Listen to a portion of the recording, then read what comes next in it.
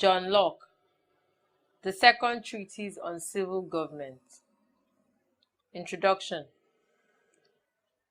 John Locke was also a British political philosopher, like Thomas Hobbes. He also witnessed the carnage Hobbes witnessed, but he affected him in quite a different way.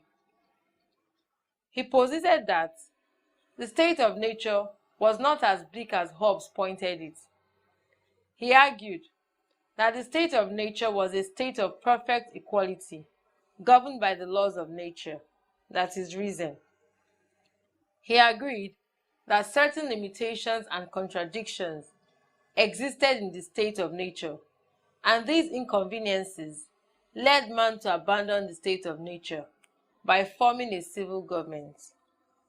Locke maintained that in the social contract, man surrendered only two powers: the power to defend himself and the power to punish violations of the law of nature. Hence, government must legislate, execute, and adjudicate based on the consent of the governed. He also advocated for separation of powers. Learning outcomes. When you have studied this session, you should be able to 1. Explain the difference between Hobbes' state of nature and Locke's state of nature. 2. Give Locke's perception of the state of nature. 3. Explain the two powers surrendered by man in the social contract of John Locke. And lastly, explain the importance of separation of powers in the Treaty of John Locke. John Locke in focus. English philosopher John Locke was a founder of empiricism, a school of philosophy based on the belief that knowledge comes from everyday experience, scientific observation, and common sense, rather than from the application of reason alone. Locke's essay concerning human understanding, 1690, portrays each individual as a blank slate. The person's experiences become notations on the state and make each individual distinct from other people. John Locke, the Second Treatise on Civil Government. John Locke is a liberal. In fact, he is acclaimed the founder of philosophical liberalism.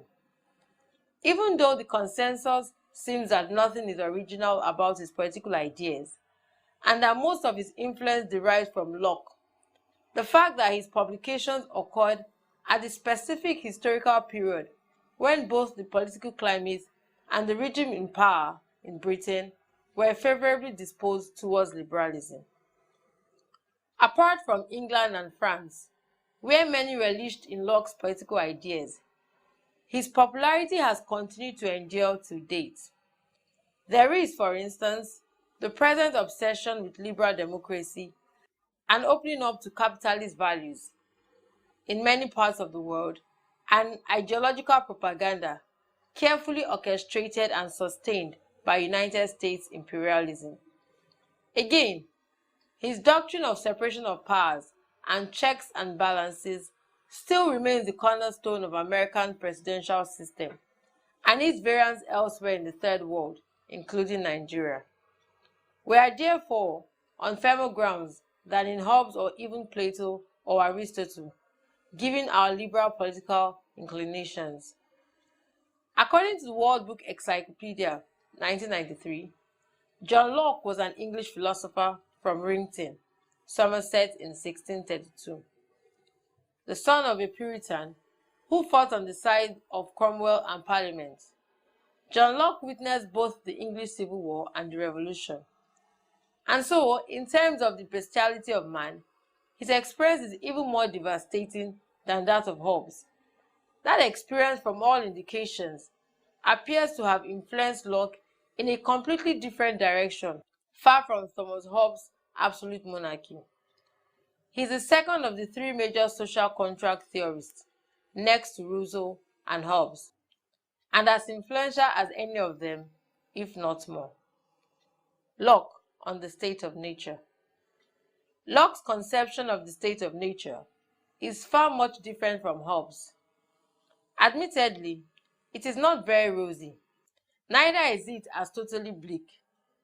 To him, it is a state of perfect freedom to order one's actions and dispose of one's possessions and person as one thinks fit, within the bounds of the law of nature, without asking leave or depending upon the will of any other person. Secondly, it is also a state of equality, governed by the laws of nature. But though this be a state of liberty, yet it is not a state of license, because a state of nature has a law of nature to govern it.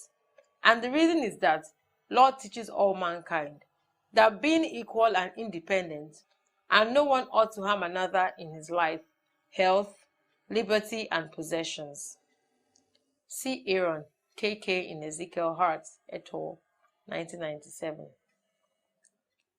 This conception definitely contrasts sharply from Hobbes' state of war of all against all, where life is nasty, brutish, and short. Locke, however, admits that certain limitations and contradictions existed in a state of nature. It is these inconveniences, as he calls them, that forced man to abandon the state of nature by instituting civil government. To Locke, the authority of government thus derived from the state of nature, and not from the authority of a father as posited by some. Locke's social contracts and the Commonwealth.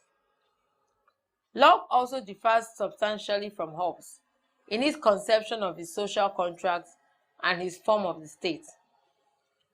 Let us follow his line of thought systematically. Locke admits that a state of uncertainty and insecurity exists in the state of nature. Life is very unsafe and very insecure.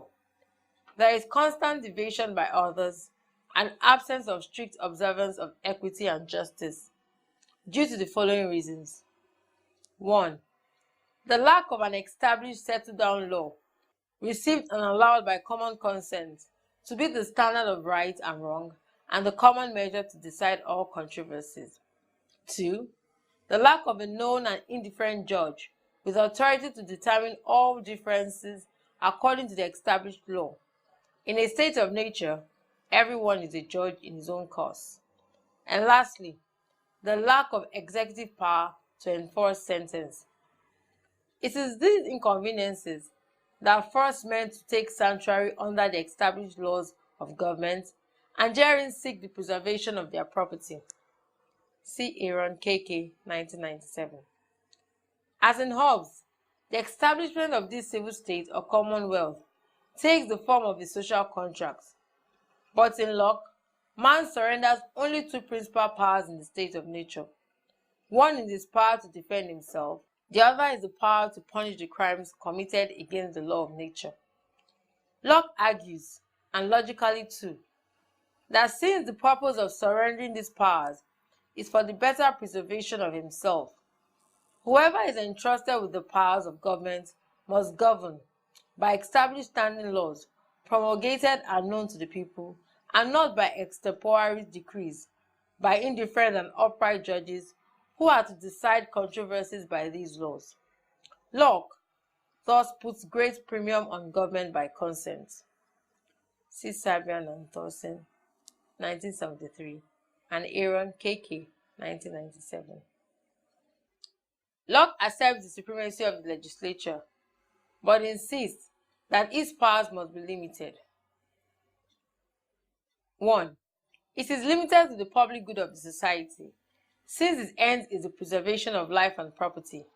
It can never have a right to destroy, enslave, or designedly impoverish its subjects. 2. It cannot assume the power to rule by extemporary arbitrary decrees. Government must be in accordance with the law. 3. Government cannot take away from him any part of his property without his consent. Locke cautions that it is a mistake to think that the supreme or legislative power of any commonwealth can do what it will. He further warns that absolute power is relative. It is governed by the specific end to which it is directed, a warning probably to those who think like Hobbes that the power of the sovereign is limitless. Locke says, no government has the power to dispose of the estates of the subject arbitrarily, or take away any part of them at pleasure. Locke, however, approved the power of the government to levy taxes, but it must be with the consent of the people.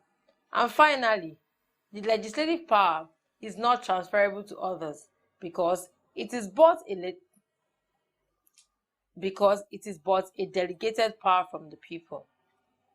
See Sabian and Thorson, 1973. In contrast to Hobbes, John Locke is emphatic that the supreme power belongs to the people, and they reserve the right to withdraw that power if it is abused. Consequently, they have the power to remove or alter the legislature when they act contrary to the trust reposed in them. What is more, the community perpetually retains the supreme power of saving themselves from attempts and designs of anybody, even of their legislators, when they shall be so foolish or so wicked as to lay and carry on designs against the liberties and properties of the subject. This, of course, is not just another resemblance with Hobbes. See Aaron, K.K., 1997, and Convicts and Murphy, 1948. Summary. Locke's conception of the state of nature is far much different from Hobbes. So far, we examined that Locke's state of nature is not very rosy, neither is it as totally bleak. To him, it is a state of perfect freedom to order one's actions and dispose of one's possessions and person as one thinks fit within the bounds of the law of nature, without asking leave or depending upon the will of any other person. We further examined Locke's social contract, and we established that John Locke is the father of philosophical liberalism. End of study session 10. Thank you for listening.